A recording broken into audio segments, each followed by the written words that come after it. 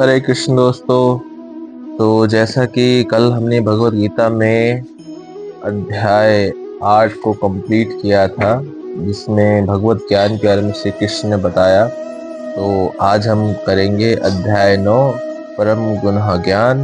और अगर आपको मेरी वीडियो अच्छी लगती है तो आप लाइक कर सकते हैं और कमेंट करके आपके जो सवाल हैं या आप कुछ कहना चाहते हैं तो आप हमें कह सकते हैं।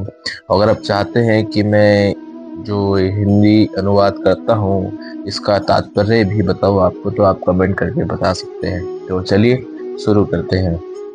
अध्याय 9, परम गुण ज्ञान। गुहा ज्ञान। श्री भगवान ने कहा, हे अर्जुन, क्योंकि तुम मुझसे कभी ईर्ष्या नहीं करते, इसलिए मैं तुम्हें ये परम गुहा ज्ञान तथा अनुभूति बतलाऊंगा, जिसे जानकर तुम संसार के सारे क्लेशों से मुक्त हो जाओगे।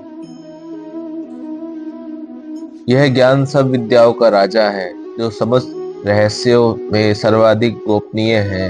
यह परम शुद्ध है, और चूंकि यह आत्मा की प्रत्यक्ष अनुभूति कराने वाला है, अंत ये धर्म का सिद्धांत है। यह अविनाशी है और अत्यंत सुखपूर्व संपन्न किया जाता है। हे परंतप, जो लोग भक्ति में श्रद्धा नहीं रखते, वे मुझे प्राप्त नहीं कर पाते। अंत वे इस भौतिक जगत में जन्म मृत्यु के मार्ग पर वापस आते रहते हैं। यह संपूर्ण जगत मेरे अव्यक्त रूप द्वारा व्याप्त है। समस्त जीव मुझ में है, किंतु मैं उनमें नहीं हूँ। तथापि मेरे द्वारा उत्पन्न सारी वस्तुएं मुझ में स्थित नहीं रहती। जरा मेरे योग ऐश्वर्य को देखो। यद्यपि मैं समस्त जीवों का पालक भरता हूँ और सर्वत्र व्याप्त हूँ, लेकिन मैं इस विराट अभिव्यक्ति का अंश नहीं हूँ, क्योंकि मैं सृष्टि का कारण स्वरूप हूँ। जिस प्रकार सर्वत्र परिवहमान प्रबल वायु सदैव आकाश में स्थित रहती है, उसी प्रकार समस्त उत्पन्न प्राणियों को मुझ में स्थित जानो। हे कुंती पुत्र, कल्प का अंत होने पर सारे प्राणी मेरी प्रकृति में प्रवेश करते हैं, और अन्य कल्प के आरंभ होने पर मैं उन्हें अपनी शक्ति में पुनः उत्पन्न करता हूँ। संपूर्ण विराट जगत मेरे अधीन है। ये मेरी इच्छा से बारंबार स्वतः प्रकट होता है, होता रहता है, और मेरी ही इच्छा में अंत में विनष्ट होता है। मैं, हे धनंजय, ये सारे कर्म मुझे नहीं बांध पाते हैं। मैं उदासीन की भांति इन सारे भौतिक कर्मों में सदैव विरक्त रहता हूँ। हे कुंती पुत्र, ये भौतिक प्रकृति मेरी शक्तियों में से एक है और मेरी अध्यक्षता में कार्य करती है, जिससे सारे चर तथा अचर प्राणी उत्पन्न होते हैं। इसके शासन में यह जगत बारंबार सृजित और विनष्ट होता रहता है। जब मनुष्य रूप में अवतारित होता माफ कीजिएगा दोस्तों। जब मनुष्य रूप में अवतारित होता है तो मूर्ख मेरा उपहास करते हैं, और वे मुझ परमेश्वर के दिव्य स्वभाव को नहीं जानते। जो लोग इस प्रकार मोहग्रस्त होते हैं, वे आसुरी तथा नास्तिक विचारों के प्रति आकृष्ट रहते हैं। इस मोहग्रस्त अवस्था में उनकी मुक्ति आशा, उनके सकाम कर्म तथा ज्ञान का अनुशीलन सभी निष्फल हो जाते हैं। हे पार्थ, मोहमुक्त महात्मा जन देवी प्रकृति के संरक्षण में रहते हैं। वे पूर्णतः भक्ति में निमग्न रहते हैं, क्योंकि वे मुझे आदि तथा अविनाशी भगवान के रूप में जानते हैं। ये महात्मा मेरी महिमा का नित्य कीर्तन करते हुए, दृढ़ संकल्प के साथ प्रयास करते हुए, मुझे नमस्कार करते हुए भक्तिभाव से निरंतर मेरी पूजा करते हैं। अन्य लोग जो ज्ञान के अनुशीलन द्वारा यज्ञ में रहते हैं, वे भगवान की पूजा उनके अद्वितीय रूप में, विविध रूपों में तथा विश्व रूप में करते हैं। किंतु मैं ही कर्मकांड में, मैं ही यज्ञ, पितरों को दिए जाने वाले तर्पण, औषधि, दिव्य ध्वनि, मंत्र, घी, अग्नि तथा आहुति हूँ।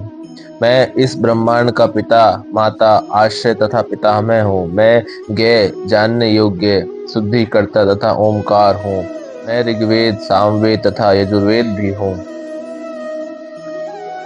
मैं ही लक्ष्य पालन करता, स्वामी, साक्षी, धाम, शरण स्थली तथा अत्यंत प्रिय मित्र हूँ। मैं सृष्टि का प्रलय, सबका आधार, आश्रय तथा विनाशी बीज भी हूँ। हे अर्जुन, मैं ही ताप प्रदान करता हूँ और वर्षा को रोकता तथा लाता हूँ।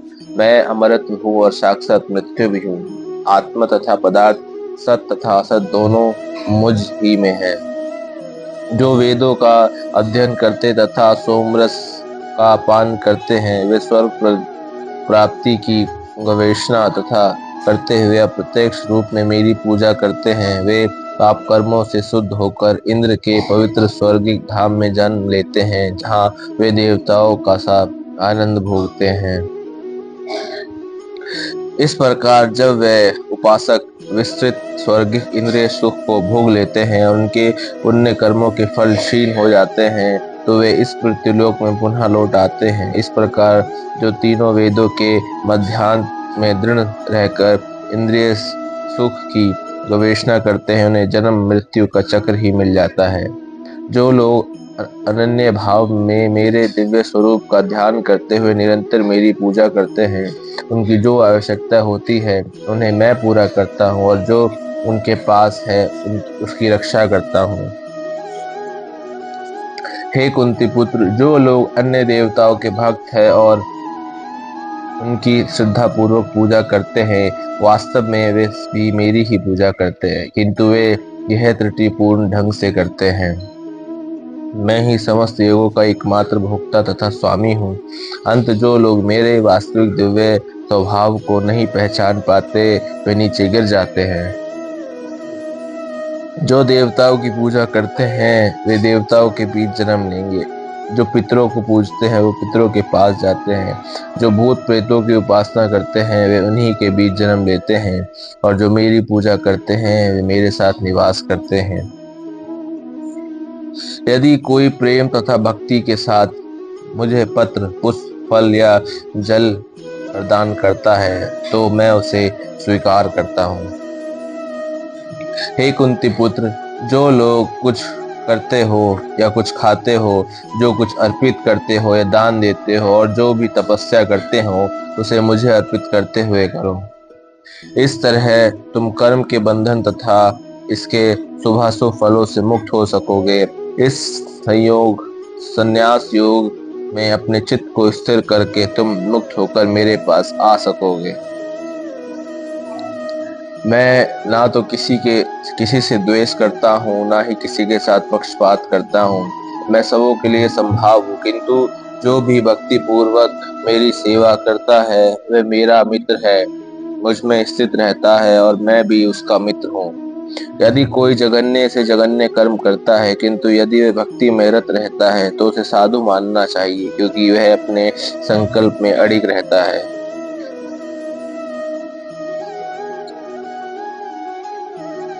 वह तुरंत धर्मात्मा बन जाता है और स्थायी शांति को प्राप्त होता है। हे कुंती पुत्र, निडर होकर घोषणा कर दो कि मेरे भक्त का कभी विनाश नहीं होता है।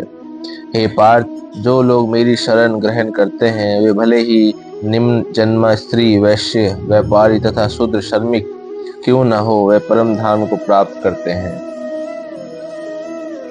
फिर धर्मात्मा ब्राह्मणों, सभक्तों तथा राजऋषियों के लिए तो कहना ही क्या है। अंत इस क्षणिक दुखमय संसार में आ जाने पर मेरी प्रेमा भक्ति में अपने आप को लगाओ। अपने मन को मेरे नित्य चिंतन में लगाओ, मेरे भक्त बनो, मुझे नमस्कार करो और मेरी पूजा करो। इस प्रकार मुझे पूर्णतः तल्लीन होने पर तुम निश्चित रूप से मुझको प्राप्त होगे। तो दोस्तों, आज हमने अध्याय 9 कंप्लीट किया है। कल हम करेंगे अध्याय 10, श्री भगवान का ऐश्वर्य। तो चलिए, अब आपसे कल मुलाकात होगी इसी समय पे। समय थोड़ा ऊपर नीचे भी हो जाता है, तो आप बेफिक्र रहिएगा, मैं जरूर मिलूंगा आपसे। अब कल मिलते हैं। हरे कृष्ण।